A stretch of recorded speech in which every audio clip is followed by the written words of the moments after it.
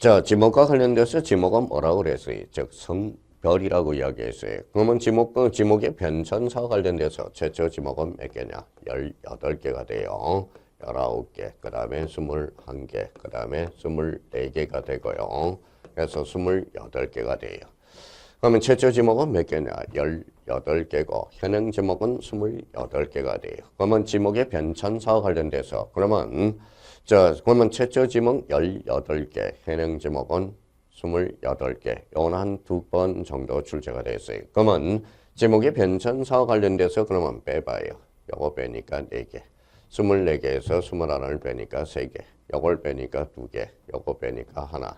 그러면 18개에서 1, 2, 3, 4를 대가니까 지목의 변천사가 우연치 않게 규칙적으로 대간다는 거예요. 그러면 그 다음 단계는 어떻게 될지는 잘 모르겠죠. 사이가 다변화되면 지목도 다변화되고 있다는 걸 확인할 수 있습니다. 그러면 지목과 관련돼서 요 4개 지목이 최근에 늘어난 지목들. 그래서 우리가 차라는 차 때문에 늘어나는 게 있어요. 그래서 우리가 주소 용지라는 게 늘어났고요.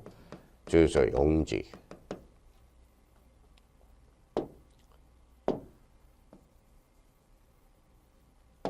자, 주유소 용지. 그 다음에 차 때문에 늘어난 게 주차장이라는 지목이 늘어날 거예요. 자, 유통경제 때문에 늘어난 게 이게 바로 창고 용지가 있다는 거예요. 창고 용지.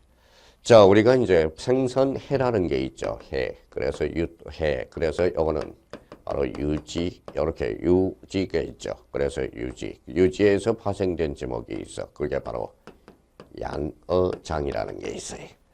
그러면 최근에 늘어난 지목에 대해서 주유소 용지, 주차장, 즉 창고 용지, 그 다음에 양어장이라는 지목이 늘어났다는 거예요. 그러면 양어장은 유지로부터 파생이 됐고요. 그러면 주유소 용지와 주차장과 창고 용지는 어디로서 파생이 됐느냐? 즉 잡종지로부터 파생이 됐다는 거. 그래서 주유소 용지, 주차장.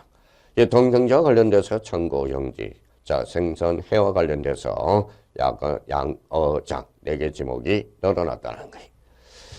자, 그러면 지목과 관련돼서 지목의 의의와 관련돼서 그러면 지목이 뭐냐?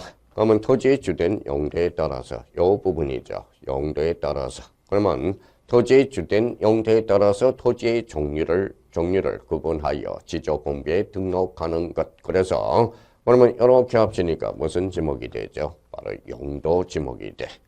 그러면 그러면 항상 요 자리를 확인하는 연습을 우리가 해줘야 돼. 그래서 용도에 따라서 토지의 종류를 구분하여 지적공비에 등록하는 것. 이게 바로 지목이 된다. 그러면 지목의 유형과 관련돼서 우리나라는 무슨 지목을 채택하고 있다? 용도 지목을 채택하고 있다. 이렇게 이제 기억을 더듬어 놔야 되고요. 자, 그러면 저는 왜 남성이에요?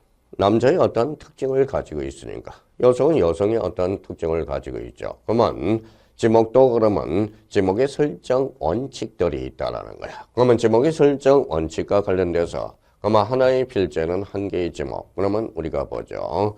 하나의 필재는 한 개의 지목밖에 없어. 그래서 이걸 뭐라고 해? 1필지 1지목. 그래서 1필 1목의 원칙, 즉 단식 지목이라는 거예요. 단식 지목. 자, 그러면 요거와 관련돼서 주된 토지가 있으면 종된 토지가 있거든. 그러면 종된 토지와 관련돼서 종된 토지는 주된 토지에 따른다는 거. 이게 바로 주지목, 주용도 추정의 원칙이라는 거예요. 그러면 이 부분과 관련돼서는 어디에 규정해 놨느냐? 바로 사적지에다 규정을 해놨어요. 사적지. 자, 그러면 학교 내 사적지, 그러면 학교 용지가 된다라는 겁니다.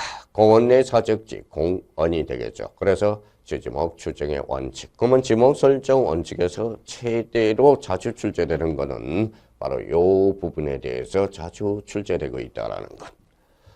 자, 제가 죽지 않았어요. 그럼 죽지 않았으면 지목은 계속적으로 가겠죠. 그래서 영속성의 원칙, 일시 변경 불변의 원칙이라는 거예요.